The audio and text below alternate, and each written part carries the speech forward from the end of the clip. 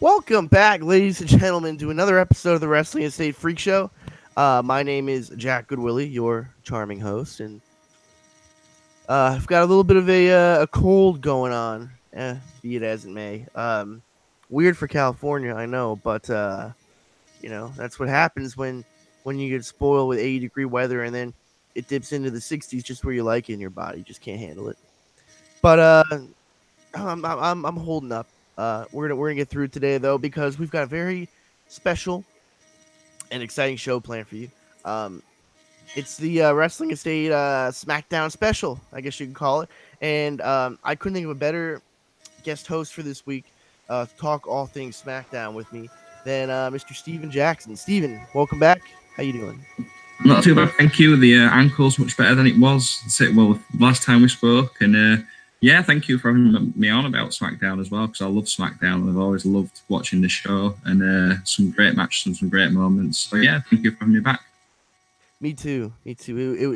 It's. I mean, WWE calls Raw like the episodic television spectacular, right? But for Yeah. me, that was SmackDown for a long time until, of course, WWE decided to stop putting maximum effort into it. But there was a time where it was. I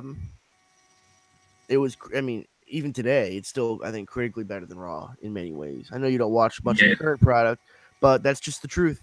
I yeah. don't I know if mean, it's the writing. I think in this case, it has a lot to do with the talent. Back in the day, it had a lot to do with the writing. But I guess starting from square one, initially SmackDown for me had a kind of vibe where it was more Raw too, and it wasn't until mid 2002 that it really started to get its own identity. yeah. What were some of your earliest memories of SmackDown, Steven?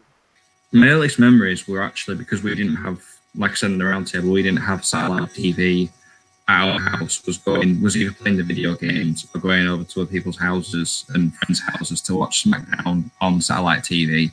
So it was the oval Titantron, and the blue styling of the ring and the silver and the cool contrast. And also, like what we said in the like what John said in his top 20 commentators was Michael Cole, because Michael Cole for a long time was the voice of SmackDown, and I actually thought he was a brilliant commentator on SmackDown.